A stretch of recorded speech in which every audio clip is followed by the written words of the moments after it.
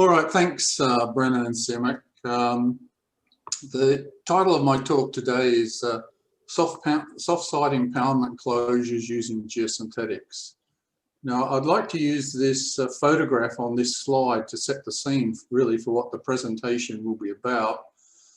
In the photograph, you can see it's a soft site impoundment, and they're using a geosynthetic closure technique on it. And so on the top, this is the soft site, and then this is the geosynthetic panels that have been placed over this top site. And some things I want you to note. One is running around the edge of the soft site, you'll see there's an anchor trench. And that anchor trench has actually embedded the geotextile enclosure cover. And then on top of the geotextile, you'll see fill is being placed, the capping, and it's actually being placed in a specific geometry according to the design requirements for the capping. And it'll be these areas that we'll be going through in the presentation this afternoon. So the content of my talk will be a basic introduction. We'll look at soft site impoundments in general. We'll look at quickly the different reclamation techniques that are used. Also, we'll look at quickly closures above and below water level. Then spend a little time on woven geotextiles, both polypropylene and polyester. And we'll look at the importance of seam strengths in the cross direction for this sort of technique. We'll then spend some time on what I would class as a standard technique, if it really is a standard technique, used for above water closures. And then rounding out the talk, I'll give two examples. One is from Spain, and the other one is from the United States. So, introduction, capping of soft site impoundments with geotextile reinforcement. I think in recent times, a lot more importance has been given to capping of byproduct impoundments, and these are mainly driven by environmental regulations. And we find these regulations, especially in mining, in chemicals and utility sectors, really driving this along.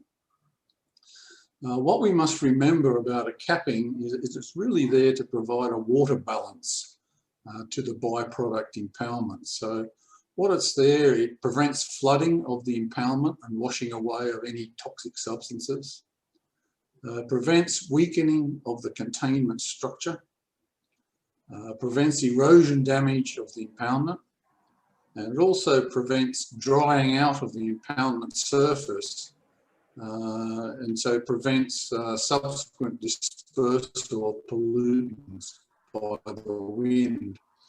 And you can see in the two photographs over to the right there, two examples there where geotextile reinforcement is being used over these very soft impoundments.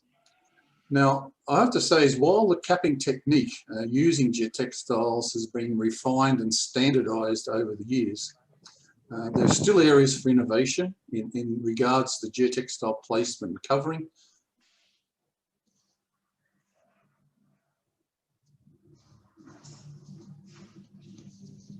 Soft site impoundments.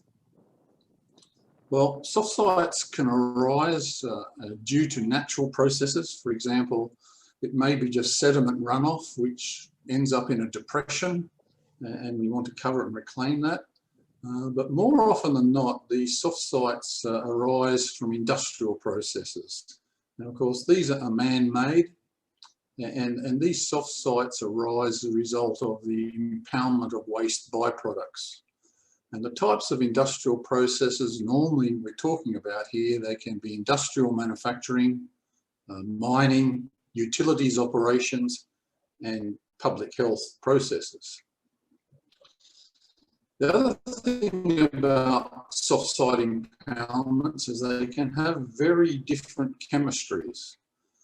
And this may complicate any operational procedures that we need to carry out. For example, they can have highly different pH values in these impoundments. Very soft, and they may cover large areas, and this can make enclosures difficult to execute if they cover large areas. And so some examples in the photographs below.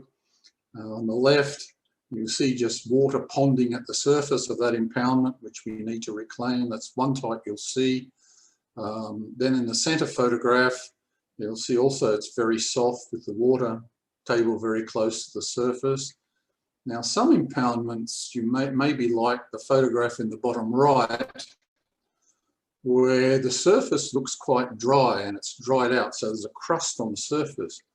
But you need to be careful about this, because what you can find is immediately under the surface, the impoundment can be still very, very soft, which can create problems. So you can get different types of impoundments. Now, also about these impoundments, they can be very different in scale, in size.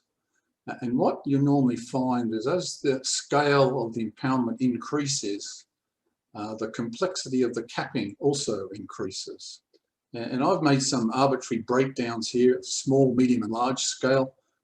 Small scales, they're less than 1 hectare in area, and the typical example of that shown in the bottom left photograph there, fairly small scale. Then we come to the medium scale, so these can be 1 to 5 hectares in area. A typical example is shown in the center photograph. And then, of course, we can come to these large scale impoundments, anything, say, over 5 hectares in area.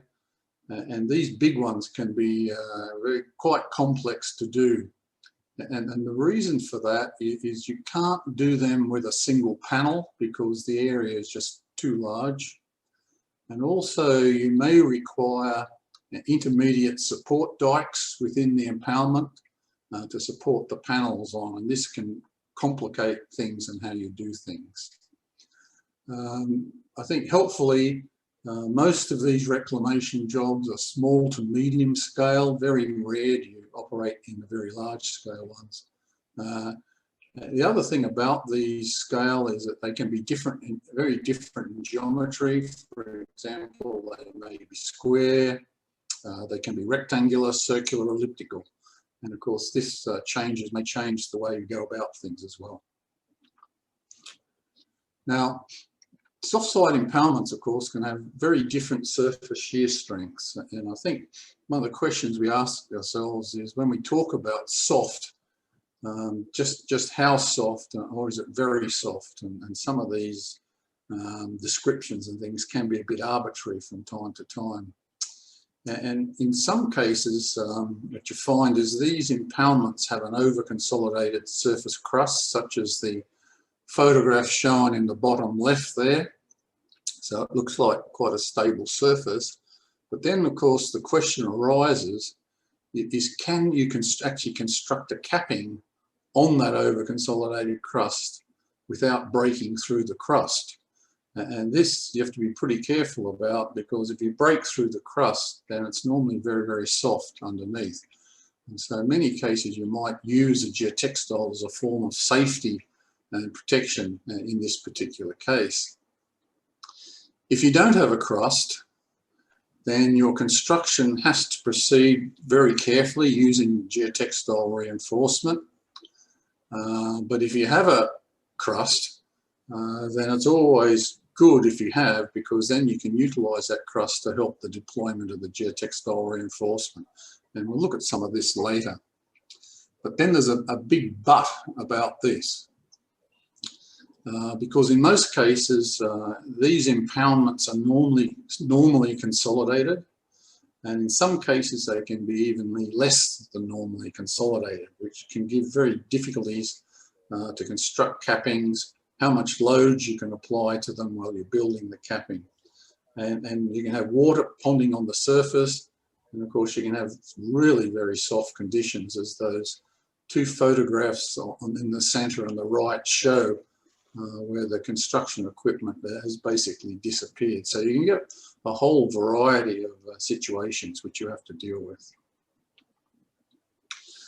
When it comes to designing a capping and also constructing a capping, you have to take into consideration the operational life of this soft site impoundment. And normally it's either a depression in the ground or it may be a specially excavated area.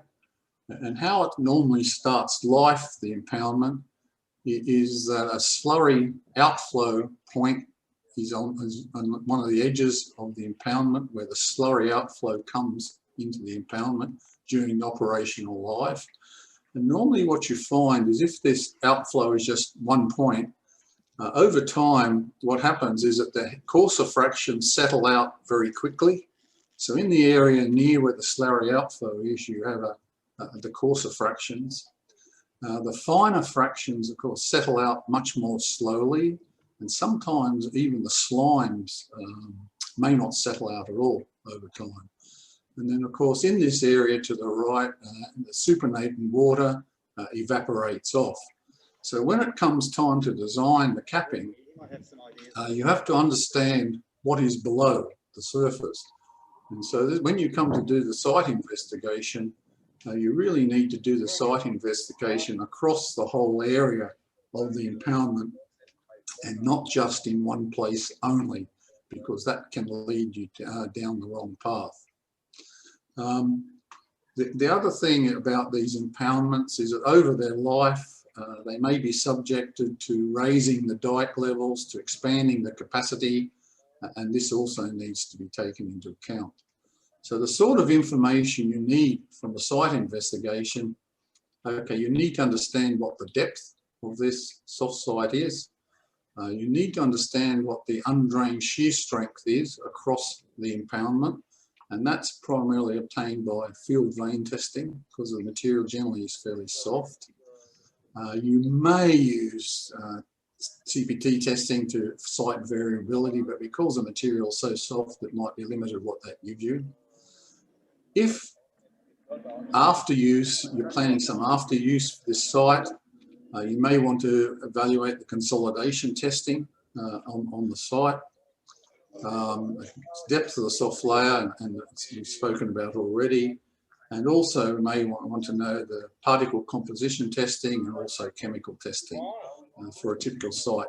And so you need to come up with a proper site investigation plan to design this reclamation, and also any post-closure reuse also needs to be taken into account at this time when you're doing your evaluation.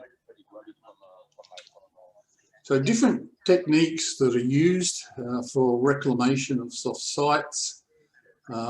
Really what we're trying to do is waiting for the impoundment to have enough shear strength that you can actually build a cover over. And so most of these techniques revolve around reducing the moisture content in the impoundment. And by reducing the moisture content, of course, this increases the shear strength of the impoundment material. So one common technique is we leave it to dry out naturally. For example, the photograph in the bottom left is an example of that, where it's been left to dry out. And so you can see there's a fairly dry sort of surface crust here. The difficulty with this is it can take a long time for it to dry out. And the other difficulty with this is if it dries out at the surface, any pollutants in this impoundment surface crust may be spread around by the wind, and that's not what you want to do. But even if you have this surface crust, immediately below the surface crust, it can still be very, very soft. So that's some of the limitations of just letting it sit there and drying out naturally. Another way you can treat it is you can dewater the impoundment. So here's an example of dewatering wells placed in the impoundment to dewater it. I think the effectiveness of this really depends on the hydraulic conductivity of the fines in the impoundment, which can render this technique successful or not successful. The third technique is we can use geotextile reinforcement to construct the capping layer. And here, with the geotextile reinforcement, you see it's been placed over the surface, and then finger fills are placed here, and this pushes the geotextile down, and in the middle, the geotextile rises up, which creates some additional bearing capability for the layer, and that's what we're going to be concentrating on mainly today, is this technique here. And then there's a fourth technique sometimes which is used, and that's the use of chemical admixtures to strengthen the impoundment material near the surface to be able to construct these caps. Now, these soft side impoundments, they may be above the waterline or they can be below the waterline. And it depends on whether, and I think how you break these two up, it depends on the depth of the water level. And if the water level is either at or just below the surface, or it may only be a depth above, then you would class this as above water level. Whereas if the water depth is to some considerable depth, say 1 to 2 meters or even greater than this, we would class that as below water level capping. Now, in the above water level case, this is by far the most common situation which you find. The key thing here is how the geotextile reinforcement is placed over the impoundment surface, and the weight of the equipment that you're placing on top are all key criteria. Now, these sort of loading and the strength of this impoundment material governs the sort of tensile stresses that you get in the geotextile reinforcement as you construct the capping. So you need to be able, in this case, to place the fill in such a way, in a careful way, and in a planned procedure so that you don't overstress the whole situation. Another thing to recognise when you approach this sort of technique is you can have significant deformations in the geotextile reinforcement as you place the capping layer, and it's a matter of keeping that under control. The case for below the water level, it's much more unusual situation, this, but they can still occur. And as I've said already, generally the typical depth of water here can be 1 to 2 meters, or it may even be greater than this. The key thing here is the geotextile reinforcement down here is installed from a barge which is floating on top of the water, and it lays the geotextile reinforcement onto the submerged byproduct. And then once you've laid the geotextile, you can use the same barge to come back and place the cap cover on top of the geotextile reinforcement. The key thing about that here is that the placement of your cap cover should be very uniform and done in a very controlled manner so that you don't get unusual deformations and potential failures at that surface, because this submerged impoundment material is normally very, very soft. And the other thing that's very important about this particular technique, it's important that you have an appropriate installation barge to install the geotextile reinforcement and place the cap cover. And if you haven't got the appropriate installation barge, then you really cannot do this type of technique successfully. So a lot of the success of this particular case really depends on the installation barge you've got, and that's very important from the point of view of the installation contractor. Now, the sort of geosynthetics that are used for these capping of soft site impoundments, there's two types of geosynthetics used. One is woven geotextiles, and these are the most common because these are multifunctional materials. They separate and they reinforce all in one. And we can have either woven polypropylene or woven polyester geotextiles are used, and I'll just talk a bit more about them shortly. Now, the other option is to use a grid plus a non-woven geotextile, where we have two layers there to meet the required separation and reinforcement function. And what's here, it's important that these two layers come in one composite layer from a point of view of ease of installation, because in reality you only should be placing this layer one time only and not in two separate situations. Now, where we're using a single layer of geosynthetics, what's important is the continuity of the cross-directional strength as you move from one geotextile roll to the next. So seaming of the geotextile is very important to ensure there's this strength continuity, and we'll be talking a bit more about that shortly. So the two types of woven geotextiles that are used for this application, we have medium to high strength woven polypropylene geotextiles. Normally for these sorts of applications we require anything from 80 to 200 kilonewtons per meter in tensile strength in the length direction. And we also require the same sort of strength in the cross direction of the geotextile for this fabrication into a single layer panel. And the panel fabrication can either be done on site or in the factory, and we'll talk a bit about that shortly. Other thing about woven PP geotextiles is they can perform for many years, even in low pH conditions. And they have a specific gravity of about 0.9, which means that these geotextiles actually float in water. And this can be important consideration. Now, the other type of woven geotextile are called woven polyester geotextiles. They normally also require something like 200 to 400 kilonewtons per meter strength in the length direction. Normally require 100 to 200 kilonewtons per meter strength in the cross direction when they're fabricated into single layer panels. And again, just for woven PP geotextiles, for these geotextiles, we can fabricate them on site or in the factory. Now, woven polyester also performs for many years, even in low pH conditions. And the specific gravity of woven polyester is 1.26, which means it sinks in water. And so some cases when you're dealing with water, you may want the geotextile to float, in which case woven polypropylene may be better, or you may want it to sink, in which case woven polyester can be better. So this specific gravity can be an important consideration as to which one of these two you go for.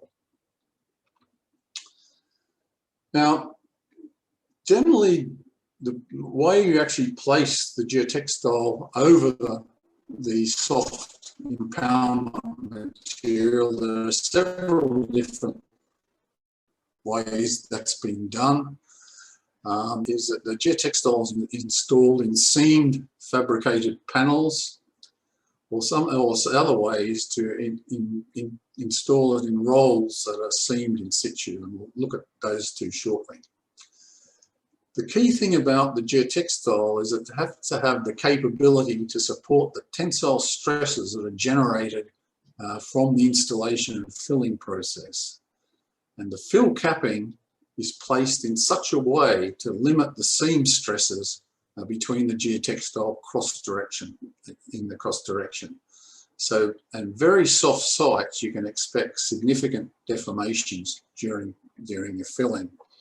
So if you have the bottom diagram shown here in the bottom left, and we've placed the geotextile over the soft material, then one technique to use with the filling placement is to place fill fingers, and these are parallel fingers that are pushed out over the geotextile reinforcement. And what these fill fingers do is they create tensile stresses in this direction in the geotextile reinforcement. So they reduce it from a 3D stress problem to essentially a 2D stress problem in this direction. So the fill fingers go in this direction, and the tensile stresses actually go generated that go in this direction. And that's some of the special filling techniques we use, which we'll see shortly. Now, one technique, and this is the most common, is to use a single layer geotextile reinforcement with good cross-directional seams. And you can see an example here in this photograph where you can see the panel, and you can see that the seams which have been fabricated into the panel here, and the panel is being pulled across the surface of this sludge pond. You can see the slings here pulling it across the surface. And then what will be done once this has been installed, these fill fingers will be constructed in this direction across the seams. And what that does, it generates tensile stresses then in the longitudinal direction of the geotextile, essentially in this direction for stability purposes. But to do this, you require quite good seam strength efficiencies in the construction of the seams. Now, the other technique which is also used for placing this geotextile reinforcement, you'll see, is that sometimes a double layer is used. And this double layer is placed orthogonally, so at right angles to each other. And so what you have two layers of geotextile at right angles. Normally what's done is that the geotextile is carried out across the soft site, and this is founded on floating boards, say polystyrene working boards here.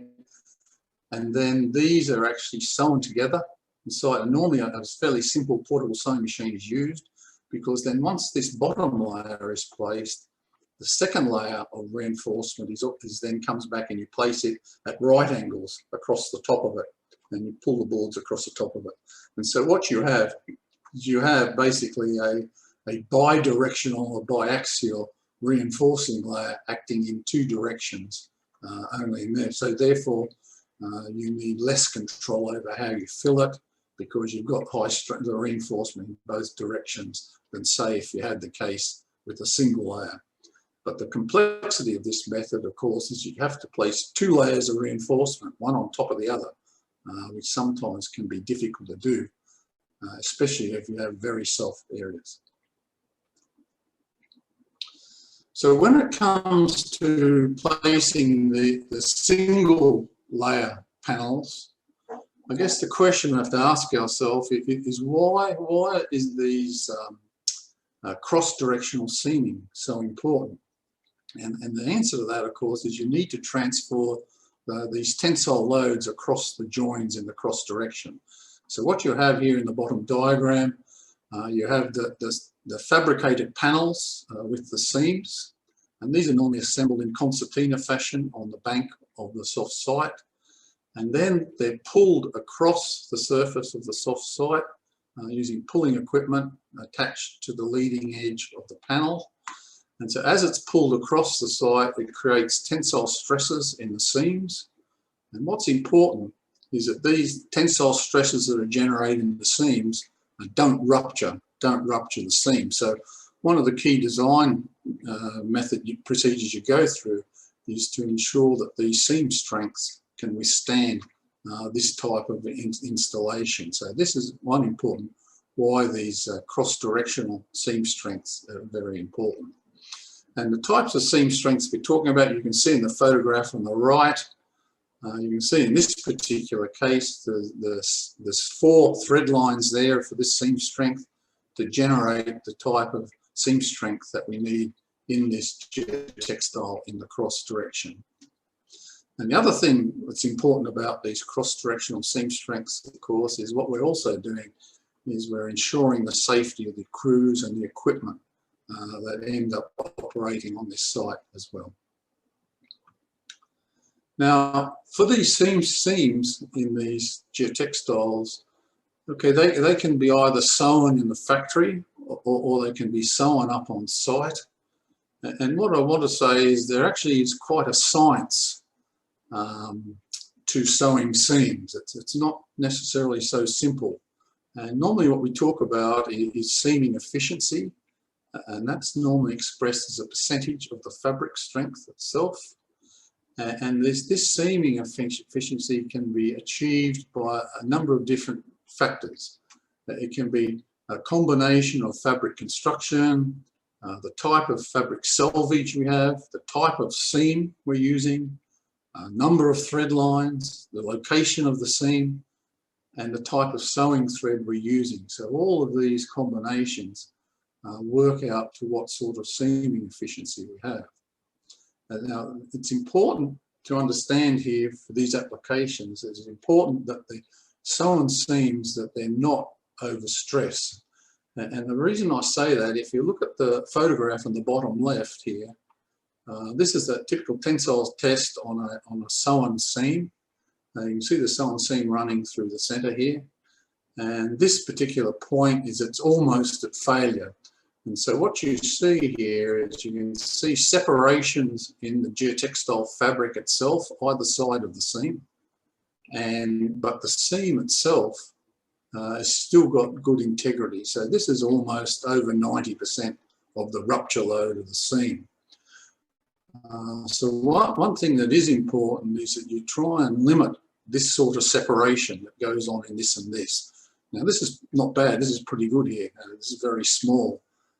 But other sorts of seams you can use, for example, simple on-site seams, this separation can be quite drastic, and you don't want that to occur because that can allow a lot of mud to come up through this separation area, and so you don't want that. So any sort of seams, then you need to limit the amount of loading to the seams, probably to a maximum of 75 to 80% of the ultimate load of the seam itself, and this prevents these separation sorts of issues from arising. Now, as far as making the seams, you can do them in the factory, you do them on site seaming, and this is a typical sort of sewing machine, seam machine which you have here, and you'll see this one's a 1, 2, 3, 4 thread line sewing machine, so it's sewing 4 thread lines in one go. Factory seaming, they can result in very good seam strengths and efficiencies because there's very good control over things. You can do multiple thread lines as shown here. And as I've said already, these high capacity seams come from a whole combination of different factors.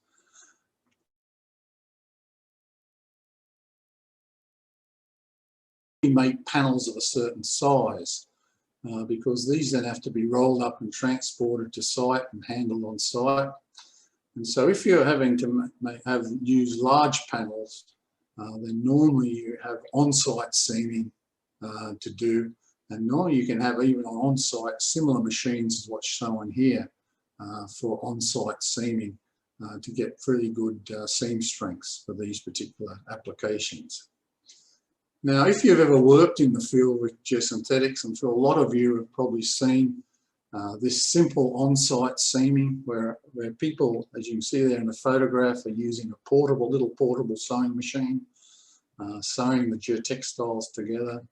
This sort of sewing is not recommended for this sort of application. And the reason for that is this sort of sewing normally only results in fairly low seam efficiencies.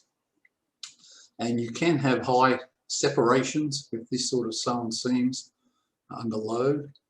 They have a limited capability. You get a lot of sewing needle breakages, so you're having to replace the sewing needles quite a lot with this time. And they're probably really only suitable for use where you're using this 2-layer orthogonal geotextile layering, where seam strengths are not so important because you're placing the reinforcement in 2 layers at right angles to each other. So when you're using a single layer panel, you shouldn't be using this sort of on-site seaming material.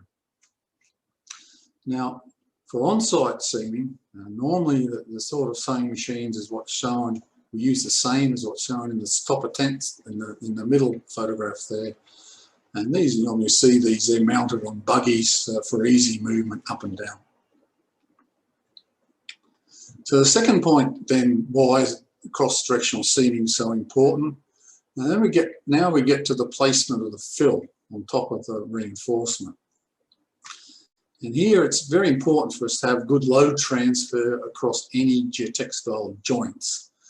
And it's important to recognise that the type of construction equipment that we use usually is the controlling load factor for this application. And normally when we're dealing with very soft sites, we normally use pretty low pressure type earth moving equipment on these things. But if you see in this photograph here in the middle right, you can see the seams running along the geotextile here. And you see they're holding everything together, even when there's significant vertical deformations over this soft site. And so the seam integrity is actually maintained, and that's very important. If you go another route, say for example, instead of using seams, but you use simple overlaps, again, it's very difficult to determine what overlap you should use. And in many cases, the overlaps can actually split apart and they don't have adequate transfer. As you can see in the photograph from the top right, You can see the two geotextiles have actually split apart, and this is the soft material underneath, and it's mixing up, and so it's not a very good situation. So it's always best to have these good structural seams. Now, when it comes to the placement of this single layer geotextile reinforcement with the fill, normally the procedure follows 4 steps. The first step is we fabricate the panels out of the geotextile, and these can be done in the factory or on site. The fabricated panels are then pulled across the soft site. The second step is that once they're pulled across the site, the geotextile is anchored around the edge, and this can be flat anchorage or an anchor trench around the edge. And then these parallel fill fingers are pushed out across the geotextile panel, and you can see that the fingers are pushed out at right angles to the sewn seams. And by doing it this way, we're generating tensile stresses in the geotextile in this direction, so in the length direction of the geotextile rolls, and not across the seams. So these are the parallel fingers, so they're stressing the geotextile. And then after we've done that, we can infill in between, so push fill off from these fingers and cover up and fill. So these are the 4 steps we normally use for reclaiming. Oops, I've gone the wrong way. So let's come and have a look at step 1. Now, there's a variety of methods that have actually been used here on different sites throughout the world. And basically, the exact technique is used generally is up to what the contractor or the owner wants to do on site, or what particularly suits him for the equipment he has, and how he wants to execute this. Normally, if you're fabricating into panels on site, this is normally done adjacent to the soft site. And so you need an area here to be able to do that adjacent to the soft site. You then launch the panels across the soft site and pull them across. And we'll have a look at this particular example later in one of the case studies. I want to point out some points about this. So these are pulled across the surface, and they're pulled across with ropes and cables.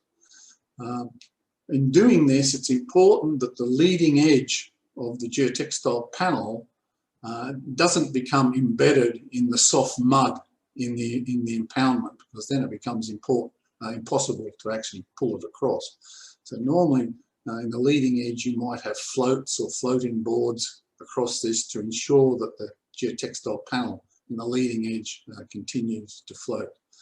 And normally here, if you want the reinforcement to float, then it comes down to consideration what type of reinforcement you should have. And woven polypropylene, of course, floats on water, so it's much easier to pull across the water. And you can see an example in the bottom right photograph there, where that's woven polypropylene geotextile. It's been pulled across the water to construct this surface, and you can see there it's still floating on the water surface because of its lower specific gravity there. Now here also, when you've got these panels, as I said already, and the stresses due in the launching and the pulling across, and the seams, the strength of the seams must be able to cater for that. So now we come to the second step, and that's the anchorage of the installed panel around the edge of the soft site. And this prevents the pulling in of the geotextile panel when we start placing these finger fills on top of the geotextile. Now, this can be either a flat surface with just an overburden on top, and it's a pretty simple anchorage calculation, how much anchorage you need. Or you may want to go, some cases, anchorage trenches are used. This creates an extra anchorage resistant around the edge, as you can see in this bottom right type of photograph. But it's a pretty simple, straightforward anchorage type calculation here for this. Then step 3 And this is the placement of these parallel finger dikes. And you can see in the bottom left photograph the effect of these. You can see one parallel finger dike here on the left and the other one on the right. And this puts a downward loading on the geotextile reinforcement. Then the area in between the geotextile reinforcement moves upwards. And this creates a stressed condition in the geotextile reinforcement, which gives some extra bearing capability in this reinforced system. Typically, the spacing between these parallel finger dikes are normally 3 to 5 times the width of the finger dikes themselves. And again, this is part of the design process. Now, you need to take some care with the sort of equipment you're using to install these finger dikes, as you can see here, because there is vertical deformations that occur while you're installing these finger dikes. And the geotextile reinforcement, of course, is resisting those, but the type of equipment you use should be controlled, and you should do it in a very sort of management way so you don't overstress the situation. Now, let me go back to this slide now. There are methods available to enable you to calculate what sort of type of geotextile you should be using for these finger dikes. And the method most commonly referred to is this Espinosa method to create this stress generator. And what this model is you have the parallel finger dikes as shown here in the bottom, and then you have this uplifted geotextile reinforcement in the center. And what you're trying to do is generate stresses in this geotextile to help bearing capability. And that's what this Espinosa method enables you to calculate what sort of stresses are generated. And the key inputs are the height of the finger dike, the unit weight of the fill, the width, the spacing, and any equipment surcharge, and then the shear strength of the soft foundation, its thickness, and then the outputs. What you get is a reinforcement, tensile stiffness, a load, and strain, and that's what's given. Now, the Espinosa method is pretty easy to set up in a spreadsheet, the calculation. And on the right, there's an example there given in the spreadsheet, if you can see that, this Espinosa method. And the blue areas, the blue boxes, are the inputs. So inputs like the width of the surface of the finger dikes, the surcharge for the equipment, the thickness of the fill, the unit weight, things like this, the undrained shear strength of the soft foundation. And then the output parameters you get out of this Espinosa method, the bearing capacity factors, the foundation, and then what's also given out, if you can see in the bottom right in these red cells, or these pink cells in the bottom right, for this particular case example I've used, you'll see what the output is. It needs about 3,100 kilonewtons per meter in tensile stiffness, and that means 100 kilonewtons per meter in tensile load at a strain of about 3.2%. And so that determines what your property is. So this Espinosa method is quite commonly used these days to calculate what sort of reinforcement you need there. Now coming to step 4, and this is the infilling after we place these finger dikes. The infilling is pushed out over from the finger dikes to give the total covering. Again, you can have quite a lot of deformation with this, and these seams are very important, the integrity of the seam, and you should be using fairly low equipment loading here to create that infilling. So I have 2 case studies, if I've got time for them. I'll try and get through them quickly. The first one is from a Purity tailings dam capping in Spain, and just some background about this is that in this area in southern Spain, the mining of gold, silver, iron and copper has taken place on this area, which is called the Tinto River, or Rio Tinto in Spain, it's called. And I guess you'll note the similarity between that and a very large mining company today, Rio Tinto, and that's of course where Rio Tinto came from, this area of Spain historically. And they've been mining this here since 1000 BC. Normally in this area, the iron and copper is processed from porite type ore, and that has a high sulfide content. And of course, when it's mixed with water and oxygen, it forms this red acidic precipitate that's highly polluting. Of course, it's acid mine runoff, and you can see the photographs to the right, the sorts of conditions that occur along this Rio Tinto. And it's become quite a polluting problem, and the Spanish government, along with the relevant mining companies, have been involved in cleaning up over the last 20 years of this area on the Rio Tinto for remediation. Okay. Now, for this particular mine site, at a place called Huelva, again, it was a closed mine, so they wanted to cap the tailings dam of this mine site, this old porite mine site. The size of the tailings dam was about 35 hectares in size, and the photograph in the top right is an aerial shot of this tailings dam during the capping process. And so what you come is up the top of the photograph. These are normally fairly firm type conditions in the tailings dam, and as you get further down towards the wall of the tailings dam, it becomes softer and softer, and you can see here even the surface water with this iron precipitate, acidic precipitate here, which they want to cover and protect and prevent from polluting the environment. So it looked quite dry in the upper elevations, but below water level is still very soft, and the undrained shear strength was soft, and you can see in the photographs there, the mining company, which is probably typical of a mining company, wanted to use its mining equipment to build this capping layer, and that created all sorts of problems with this job. And you can see the photographs there. This heavy mining equipment just was lost and sunk into this very soft tailings, these two bottom photographs. So something else had to be designed and done in the just conventional back-end dumping.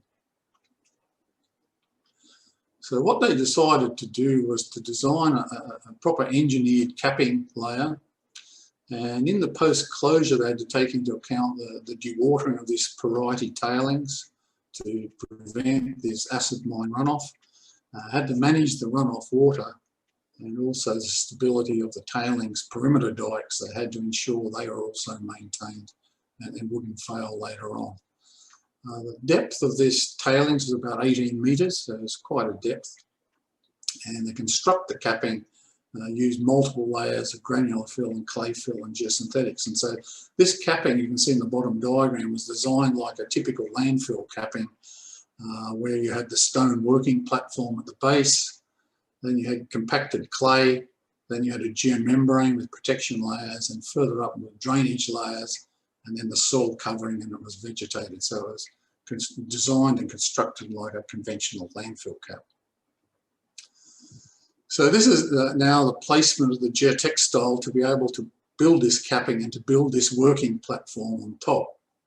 And what was done in this particular case, and there wasn't any real sort of calculation used for this particular case, is they decided to use a strong biaxial reinforcing layer.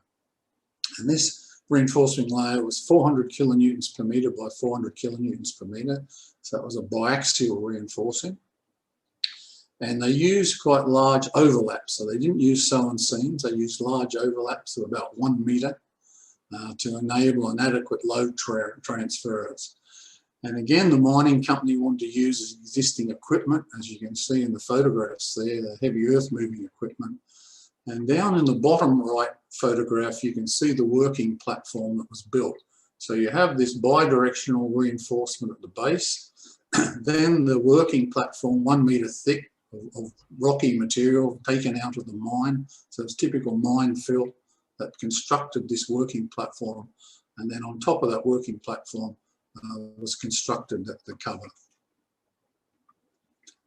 So here again, you've seen this diagram before. These are the upper layers in this capping, and you can see the photographs in the bottom. This is the construction of the geotextile filter in the drainage blanket up in the upper part of this capping before the soil covering was placed on top. Now, the second example I have is from the United States. And what involves is the closure of 2 adjacent wastewater sludge lagoons for a cellulose fibre plant. And these lagoons contain fibre residues, very short fibres. And you can see the lagoons in the photographs there. And if you have a look down the bottom right photograph, you'll see the nature of that material, and you'll see it's very low density, but it looks quite fibrous and going. And the problem with it is that if this was allowed to dry out, then these short fibres could be blown around in the wind, and they're quite polluting, and they could cause cancer if people breathe them in. So it was needed to reclaim this lagoon and cover it. The lagoon, each pond area is about 3 hectares in area, so medium size, and the soft sludge was about 4 to 5 metres in deep. Generally, the lagoon at the time of reclamation had an over-consolidated crust for the capping, but it was very soft underneath here. So what was done here is manufacture a large panels of a hybrid woven geotextile, a polyester polypropylene woven geotextile. And the reason a hybrid geotextiles is used here is a combination of the polyester and the polypropylene yielded a specific gravity of the geotextile of about 1.0. And so this would kind of float in water during installation. The polypropylene yarns were used in the cross direction, which bulked up the geotextile, and this enabled a fairly good seam strength to be obtained on site. Now you can see in the 3 bottom photographs here, you can see in the left-hand one, you can see the sewn seams running here in the panels, and these panels were arranged in concertina fashion on the edge of the impoundment. And you can see in the center photograph, I'm sewing the panels again together with the sewing seam. And you might notice in the leading edge on the left-hand side of the panel, what's been sewn into the geotextile is a polystyrene rectangle. And the reason the polystyrene's been sewn in is to enable it to float across the pond. And you can see another shot of that on the right-hand side photograph. You can see the polystyrene leaderboard with the geotextile, sewn geotextile panels behind that. And this is the detail of the seams of the geotextile. You can see this type of geotextile hybrid. The white polyester goes in this direction, and the black polypropylene goes in the cross direction here, black lines. And here you can see the sewn seam. It's a 2 thread line sewn seam that was used for the panel. Now the geotextile strength was 110 kilonewtons per metre in both longitudinal cross directions. And when it came to sewing the seams in the cross direction, then we got over 50% strength capacity in these sewn seams. So you saw the photograph before of these ponds that it was dry at the surface. So to help with the installation of the panels, what was done with these sludge lagoons was to re-flood them. And they were flooded to about 0.3 of a metre water depth. And so this would enable the panel to float much more easily across the surface. And it would also prevent the leading edge of the panels from getting bogged into the mud. So here you see, and you've seen this photograph before on the bottom left, launching the panels across the surface. This is the polystyrene board here, running on the left, floating on the water, being pulled across by earth moving equipment on the other side of the pond. Here you can see the sewn seams here. What will happen is once this has been pulled across, then the finger dikes are actually placed parallel in this direction to create stresses in the geotextile in this direction. So here you can see that the panel almost pulled completely across the lagoon. Once this had been done, an anchor trench was done, excavated and built around the outside to anchor the geotextile before the finger dikes were constructed. This installation process across this 180 metres length and width took about 4 hours to actually complete. So this is a cross-section, the diagram through the waste sludge, the geotextile reinforcement with the fill on top. So what started off is a 1 metre thick finger dikes were placed at about 8 metre intervals on the geotextile reinforcement, so the geotextile would be stressed in a 2D case in the length direction of the geotextile. Once the finger dikes had been placed, the initial fill cap was infilled to construct the initial capping of about 1 metre in thick. Then after the 1 metre thickness in place, the whole fill area was raised to 2 metres in height, and that's where you can see the photograph on the top right there with this 2 metres of fill across the whole area. And of course, once this cap was completed, then surface water could be deflected away from the lagoon and around the lagoon. Okay, some concluding remarks. I think today it's a fairly common technique used when applying geotextile reinforcement to reclaim soft site impoundments above the water level. Normally what you have more common today is the installation of these large geotextile panels with good cross-directional seam strengths. You then have the construction of these parallel finger dikes at right angles to the seam strengths, or to the seam, sorry. And this stresses the geotextile in a longitudinal direction. And then after that, you have the infilling in between these finger dikes to create the initial soil colour. But I've got to say that while this is becoming the de facto sort of technique these days, it's got to be recognised there are other approaches to doing this. For example, using 2 layers of reinforcement at right angles to each other, for example, one case as an example, and there are others that are also used. I think what's important is that, well as the longitudinal tensile strength of the geotextile is important, the cross-directional seam strength is also important for this type of case. And because when you launch the geotextile panels, it's important to have this adequate seam strength. And normally this requires a higher cross-directional seam strength than what you would have in sort of conventional type geotextile applications. The advantage with single layer panels, of course, is you only have to install the panel once. Whereas if you have other techniques, for example, orthogonal, 2-layer orthogonal panels, then you have to do the geotextile installation 2 times over. And I think what must be really remembered here, and this is very important, I think, is that for this sort of application, we're not just talking about individual rolls of geotextiles, because we have very soft sites, very soft foundation conditions, which we need to operate on. In many cases, we can't operate directly on these, so we have to find a way of doing it. And then these geotextile panels with these good cross strengths, we have these, so we have to deal with the method of launching and coverage. How we install the fill on top is important, and how we replace that filling. So there's a whole lot of different things we have to deal with, and quite frankly, just the role of the geotextile really is pretty minor in this case. And it's really the whole system and how we install it is the important thing. So that's the end of my talk. I think I've taken up an hour. I'm sorry about that. Thank you, Chris. If you could maybe stop share from your end so that we go back to the full view. I would probably not share my video because it will affect, I'm still on a very poor connection here out on site. A few people asked about the presentation recording to be shared, which is... Sam, Mac, that's okay. You have a copy of the file, so you can share it to whoever wants it. It's okay. Okay, sure. Just email to info@acigs.org and we can share the presentation slides with you.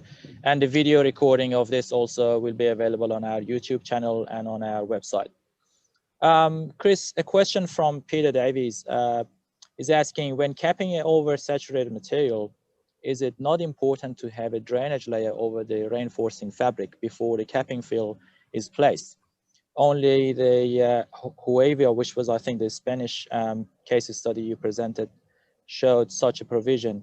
The only way that water can travel is upwards through the fabric, and if there is no drainage layer, the capping fill can become saturated. The answer to that is yes. It's important that that the capping material has got a higher hydraulic conductivity than the impoundment material, soft impoundment material. And for those two case studies I gave, the one from Spain, of course, had this mine rock as the working platform, and of course that acted as a very good drainage layer, high capacity. The other case from the United States is also was a drainage capability, because what they used in that fill, and it probably wasn't all that easy to see, it's actually sand that they used for the fill. And the reason they used sand is it had a drainage capability on top of the geotextile reinforcement. So yes, you have to think of the what's going on hydraulically as well as what's going on structurally. So yes, Peter, the sort of fill you place on top should be fairly free draining. Yes. Okay. So the other question, so we had first one from South Africa. Now the second is from South America. Nicolas Ruiz, he's asking, could geotextile capping be considered for the closure of geotextile dewatering cells? Would the geotextile from the dewatering tubes and the capping geotextile be considered as a two-layer system? Normally for dewatering, the most common case for dewatering is you just leave the dewatered material in the geotextile tubes, if you like, in the geotextile tubes, and so you have a natural capping made by the tubes, if you like. So and then normally what's done is that's then if you covered over and filled over directly. Some instances, and what's happened is that once the tubes are actually dewatered, then the tubes are cut open, and then the dewatered material is removed and placed in a landfill or something like that. And then the material at that point is normally pretty dry, and it has pretty good shear strength. So I wouldn't have thought that you need a geotextile placed over the fill, over that particular fill in that particular case. But definitely when you're using geotextile tubes to dewater material, then by leaving them in the geotextile tube, you have the natural reinforcement and containment of the geotextile in the tube, so it's already there. Great. So I have a question from Takashi Itakura. I'm not sure if Takashi is in Australia or from Japan, because the name sounds quite Japanese to me. So the question is about the mine rehab project in Spain again.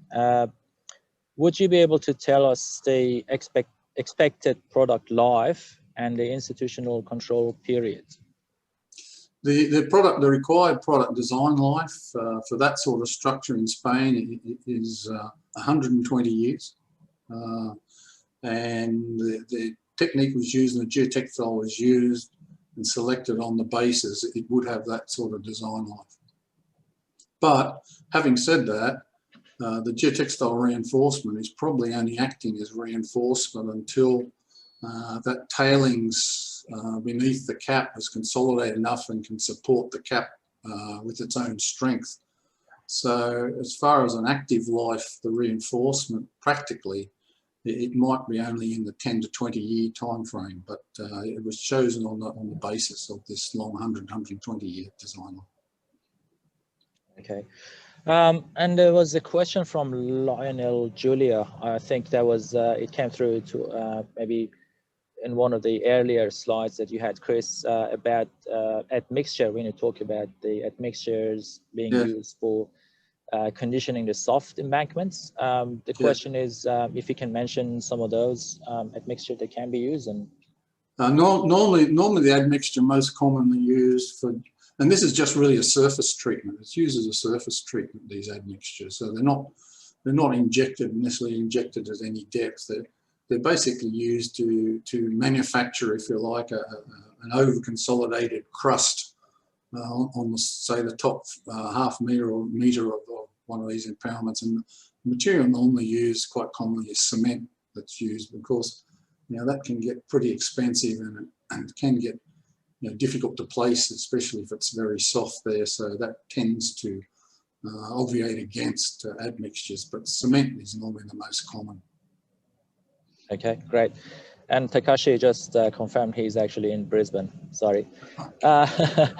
Brian Tan. So I think we take this as the last question. The question is how you know the anchorage is enough, for example, 2. I think that was your second case study, Chris.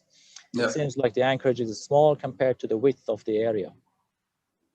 The anchorage are calculated, and one thing about that anchorage, it was actually a trench that they used in the United States, that case in the United States. Now, anchorage in a trench, you get a lot more resistance by constructing an anchorage trench than if you were just to make a flat surface with an overburden on top. And this tends to be why people like anchorage trenches, because you don't need the bond length for development than you would if you just had a very flat surface. So it was calculated out, and that was the dimension they came with. So anchorage trenches are much more efficient at carrying loads than, say, just flat surfaces. Okay, perfect. So I would like to thank you, Chris, for your time and very interesting presentation today. Thank you everyone for attending this webinar. Sorry for some like poor connection that I had at the beginning. So we have our next month's webinar on 20th of May, and the topic is construction quality assurance of geosynthetics. Thanks again, Chris. Brendan, you want to have a final slide? Otherwise, we close the session. Thank you very much, CMAC. Thanks, Chris. Thanks everyone for attending. And yeah, there's nothing more from my side, CMAC. I thought it was an excellent talk and lots of good questions, which was great. Okay, perfect. Thanks very much. Thanks to all of the audience. I think we also had a record number of attendees this month. So the webinar series becoming more and more popular. We thank you for your support and contribution. Thanks again, Chris Lawson from Tenkate Geosynthetics and Brendan Swift from Tenkate Geosynthetics. Thanks a lot. See you next time.